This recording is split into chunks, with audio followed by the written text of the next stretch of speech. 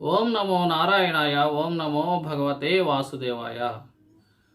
శ్రీ భగవద్గీత యందలి 3వ అధ్యాయము కర్మయోగమునందలి 25వ శ్లోకము.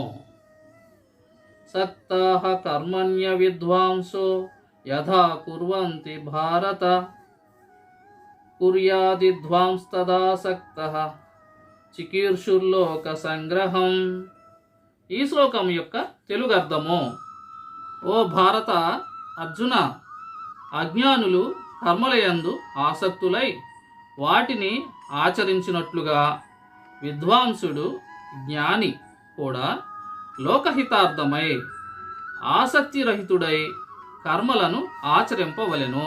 ఈ శ్లోకం ద్వారా శ్రీకృష్ణ పరమాత్మ అర్జునుల ద్వారా మనందరికీ, మనుషులందరికీ తెలుపునటువంటి విషయము, అజ్ఞానులు కర్మలను ఏ విధంగా ఆచరిస్తూ ఉంటారు, అలాగే జ్ఞాని అయిన అతను కర్మలను ఏ విధముగా ఆచరిస్తూ ఉంటాడు.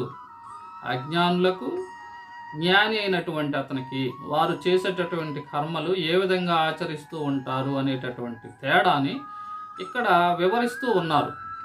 అజ్ఞానులు కర్మలను ఆసక్తితో ఆచరిస్తూ ఉంటారు అని శ్రీకృష్ణ పరమాత్మ తెలుపుతూ ఉన్నారు. ఇంతకుముందు శ్లోకంలో యందు శ్రీకృష్ణ పరమాత్మ ప్రతి మనిషి కూడా కర్మలను ఆచరించవలసి ఉన్నది, ఆచరించాల్సిందే, ఏదో ఒక పని చేయవలసినదే అని తెలిపి ఉన్నారు. అలాగే ఆ కర్మలను ఏ విధంగా ఆచరించాలి అనగా ఆసక్తి రహితముగా కర్మలను ఆచరించాలి. అనగా వారు చేసేటటువంటి పని యొక్క ఫలితాన్ని, అనగా వారు ఏదైనా పుణ్యకార్యాన్ని, పుణ్యకర్మను, పరులకు ఉపయోగపడేటటువంటి పని ఏదైనా చేసినప్పుడు, వారికి తెలిసినటువంటి పని, వారికి చేతనైనటువంటి పని ఏదైనా చేసినప్పుడు, అది ఆ సమాజానికి ఉపయోగపడినప్పుడు, ఆ సమాజానికి అతను చేసిన పని ద్వారా ఉపయోగం జరిగినది కాబట్టి దానికి వచ్చేటటువంటి ఫలితాన్ని ఆశిస్తూ చేస్తే అది అజ్ఞానులు చేసేటటువంటి పని. అందుకే ఇక్కడ శ్రీకృష్ణ పరమాత్మ అజ్ఞానులు కర్మలను ఆసక్తితో చేస్తూ ఉంటారు అనగా ఈ మాటల యొక్క అర్థము, ఏ మనిషి అయితే తను చేసేటటువంటి పని, ఆ పని వలన ఎవరికైనా ఉపకారం జరిగితే దాని యొక్క ఫలితాన్ని ఆశించి చేస్తూ ఉంటాడు. భగవంతుణ్ణి అడుగుతాడు ఆ యొక్క ఫలితాన్ని. నాకు నేను అన్నదానం చేశాను, లేదా వస్త్రదానం చేశాను, లేదా ధన సహాయం చేశాను, లేదా విద్యాదానం చేశాను, అలాగా ఏదైనా సరే తనకు చేతనైన పని చేసి కూడాను ఈ పని చేశాను కాబట్టి నాకు ఆ యొక్క పుణ్య ఫలితం కావాలి అనేటటువంటి ఆసక్తి అన్నమాట. ఆ ఆసక్తితో చేసే వాళ్ళని ఇక్కడ శ్రీకృష్ణ పరమాత్మ అజ్ఞానులు అని తెలుపుతున్నారు. అలాగే తన కుటుంబం కొరకు, తన బంధువుల కొరకు ఆసక్తితో చేసే కర్మలు, తన స్వప్రయోజనం కోసం ఆసక్తితో చేసేటటువంటి కర్మలు, ఈ కర్మలన్నింటిని కూడాను శ్రీకృష్ణ పరమాత్మ అజ్ఞానులు చేసేటటువంటి కర్మలు, ఆసక్తితో చేసేటటువంటి కర్మలు అని తెలుపుతూ ఉన్నారు. తన స్వప్రయోజనానికి చేసేటటువంటి కర్మలు అజ్ఞాని చేసే కర్మలు. అలాగే పరుల యొక్క ప్రయోజనానికి చేసి కూడా అతను చేసిన పని మంచి పనే అయినప్పటికీ దాని యొక్క ఫలితాన్ని ఆశించి చేసి అతనిని కూడా ఇక్కడ శ్రీకృష్ణ పరమాత్మ అజ్ఞానితో పోల్చి చెప్పడం జరిగినది. అదే విధముగా జ్ఞాని గురించి కూడా ఇక్కడ శ్రీకృష్ణ పరమాత్మ వివరించినారు. అజ్ఞానులు ఆసక్తితో, ఫలాపేక్షతో కర్మలను చేస్తూ ఉంటారు. అలాగే జ్ఞాని అయినటువంటి వారు కూడాను కర్మలను చేయండి, మీరు కూడా చేయాలి. ఎలా చేయాలి అనగా, అనాసక్తితో నీకు తెలిసినటువంటి పని, నీకు చేతనైనటువంటి పని, పరులకు ఉపయోగపడేటటువంటి పని, సమాజానికి ఉపయోగపడేటటువంటి పనిని ఆసక్తి రహితముగా చేయి. ఎలా చేస్తావు నువ్వు అనగా, అజ్ఞానులు ఆసక్తితో చేస్తూ ఉన్నారు. వాళ్ళు ఎలా చేస్తున్నారు? ఫలాసక్తిని ఆశించి చేస్తున్నారు. వాళ్ళు ఆసక్తితో చేస్తున్నారు, ఫలాసక్తిని ఆశించి. కానీ నీవు ఎలా చేయాలి అనగా, జ్ఞాని అయిన అతను ఎలా చేయాలి అనగా, అనాసక్తితో, ఫలాసక్తిని ఆశించకుండా నీవు కూడా కర్మలను చేయి అని ఇక్కడ శ్రీకృష్ణ పరమాత్మ అర్జునుల వారికి తెలుపుతున్నారు. అర్జునుల వారు, యుద్ధాన్ని నేను చేయను, ఎదురుగా ఉన్నటువంటి వారందరూ కూడా నా బంధువులే, కాబట్టి నేను ఈ యుద్ధాన్ని చేయలేను. దాని గురించే కదా శ్రీకృష్ణ పరమాత్మ ఈ జ్ఞానబోధ అంతా కూడాను అర్జునుల ద్వారా మనకు తెలుపుతూ ఉన్నారు. అర్జునుల ద్వారా ఆయనకు చెబుతున్న విధముగా ఈ లోకాన్ని అంతటికి కూడా చెబుతూ ఉన్నారు ఈ జ్ఞానాన్ని. కాబట్టి అర్జునుల వారికి జ్ఞాని అయినటువంటి వాడు కూడా ఎలా చేయాలంటే, అజ్ఞాని ఫలాసక్తి ఆశించి చేస్తూ ఉన్నాడు ఆసక్తితో కర్మలను. నీవేం చేయాలంటే అనగా, జ్ఞానివి కాబట్టి నీవు ఏమి చేయాలి, లేదా జ్ఞాని ఏ విధంగా చేయాలి?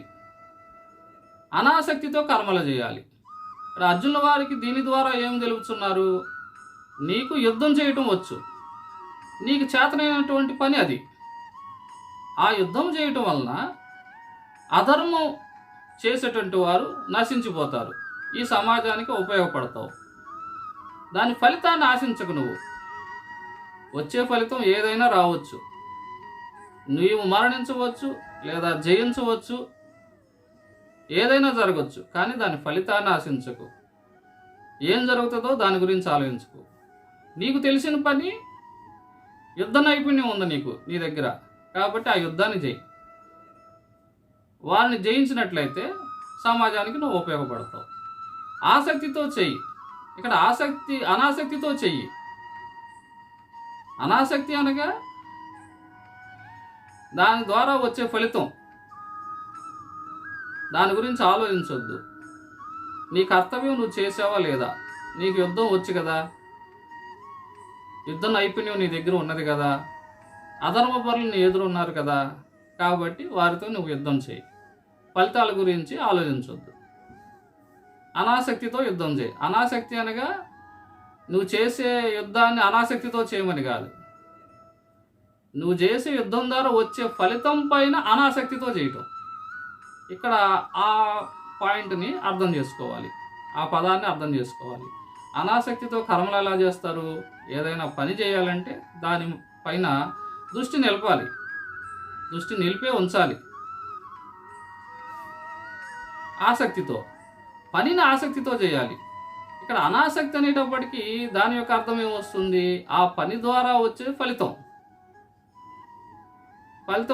మంచిగా వస్తుందా, చెడుగా వస్తుందా? లేకపోతే మంచిగా వస్తే ఆ పుణ్య ఫలితం నాకు కావాలి, దాని ప్రతిఫలం నాకు కావాలి, నేను అనుభవించాలి.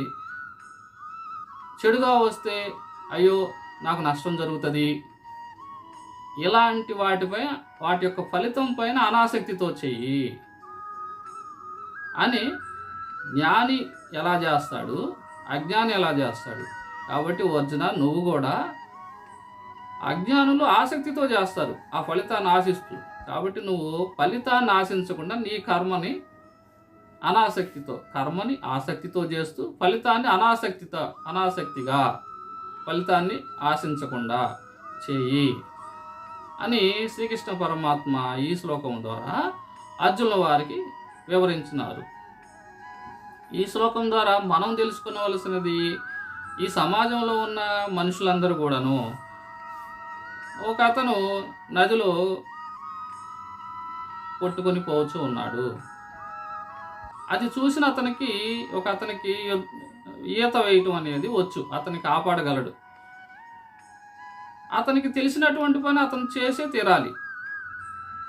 నేను వెళ్ళి అతన్ని రక్షించేటప్పుడు నాకేదైనా జరుగుతుందేమో అనే భయము, అతను తీసుకురావటం వల్ల నాకేం వస్తుంది అనేటటువంటి ఆలోచనలు ఇలాంటివి కాకుండా నీకు నీకు చేతనైన పని నువ్వు ఈత వేయగలవు, అతన్ని తీసుకురాగలిగే సామర్థ్యం నీ దగ్గర ఉంది, వెళ్ళి తీసుకురా.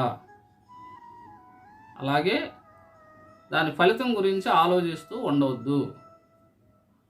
అలాగే నీకు ధన సహాయం చేయాలి, ఎవరికైనా పేదవారికి నీ దగ్గర ధనం ఉంది, అందులో కొంత ధన సహాయం చేయి, దాని యొక్క పుణ్య ఫలితం గురించి ఆలోచించుకో. అలాగే అన్నదానం, వస్త్రదానం, అలాగే విద్యాదానం ఇలాంటివన్నీ కూడాను నీకు తెలిసినటువంటివి. అలాగే ఉద్యోగాలలో, పరిశ్రమలలో ఏ పని అయినప్పటికీ ఈ భూమి పైన పుట్టినటువంటి ఎవరైనా సరే తనకి ఏదైనా ఒక పని తెలిస్తే అది చెయ్యండి. స్వార్థపరమైనటువంటి ఫలితాలని ఆశించకండి. భగవంతుడి నుండి అన్నదానం చేశాను కాబట్టి, వస్త్రదానం చేశాను కాబట్టి వీటి యొక్క పుణ్య ఫలితాన్ని మీరు ఆశించకండి. ఆ పని చేసేటప్పుడు శివార్పణమస్తు, కృష్ణార్పణమస్తు అనుకుంటూ చేయండి. అలా చేయటం వల్ల మనందరికీ ఏమి వస్తుంది ప్రయోజనం? ఎవరైనా ఈ భూమిపైన పుట్టిన ప్రతి అతనికి కూడా ఏదైనా పని చేస్తే దాని యొక్క ఫలితం రావాలని ఆశిస్తూ ఉంటారు. శ్రీకృష్ణ పరమాత్మ అసలు ఇవన్నీ ఎందుకు చెప్తున్నారు మనకి? ఏదైనా పని చేసినప్పుడు ఫలితాన్ని ఆశించాలి కదా, ఆశిస్తేనే నాకు ఉపయోగం జరుగుతుంది కదా, అటువంటిప్పుడు ఫలితాన్ని ఎందుకు ఆశించవద్దు అని చెబుతున్నారు అనగా, ఇక్కడ స్వర్గము ఉంది, నరకము ఉంది, మోక్షము ఉంది. ప్రతి ప్రాణి కూడా, ఈ భూమిపైన పుట్టిన ప్రతి ప్రాణి కూడా జనన మరణ చక్రంలో తిరుగుతూ ఉన్నారు. జన్మిస్తూ ఉన్నారు, మరణిస్తూ ఉన్నారు, బాధలను సుఖాలను అన్నిటినీ అనుభవిస్తున్నారు, మళ్ళీ జన్మిస్తున్నారు, మరణిస్తున్నారు. ఇలా జరుగుతూ ఉన్నది. ఒకవేళ మనం పుణ్య ఫలితాన్ని ఆశించినట్లయితే, పుణ్య ఫలితాన్ని ఆశించి చేసినట్లయితే అతనికి ఏమవుతుంది? పుణ్యం లభిస్తుంది. పుణ్యం లభిస్తే స్వర్గానికి వెళ్తాడు. ఆ పుణ్య ఫలితం అయిపోగానే ఎంతవరకు ఉంటుంది? మనం 100 రూపాయలు సంపాదించుకున్నాము, ఆ 100 రూపాయలకి సరిపడా వస్తువుల్ని మనం కొనుక్కోగలము. 1000 రూపాయలకి కావలసిన వస్తువులు కానీ తెచ్చుకోవాలంటే ఎవరు ఆ 100 రూపాయలకి సరిపడే వస్తువులే ఇస్తారు వాల్యూకి తగ్గట్టుగా. అలాగే నువ్వు పుణ్య ఫలితాన్ని ఒకవేళ ఆశించి చేసినట్లయితే ఆ పుణ్య ఫలితం నీకు వస్తుంది. వచ్చినప్పుడు స్వర్గానికి వెళ్తావు, ఆ ఫలితం ఉన్నంత వరకు అనుభవిస్తావు, మరలా భూమిపైకి వస్తావు కదా. అందువల్లనే శ్రీకృష్ణ పరమాత్మ నీవు పుణ్య ఫలితాన్ని ఆశించకుండా, చెడు ఫలితం గురించి ఆలోచించకుండా నీకు వచ్చినటువంటి నీకు చేతనైన పని నువ్వు చేసినట్లయితే, ఆ విధంగా చేయటం వల్ల ఏం జరుగుతుంది? పుణ్య ఫలితం లేదు, చెడు ఫలితం లేదు.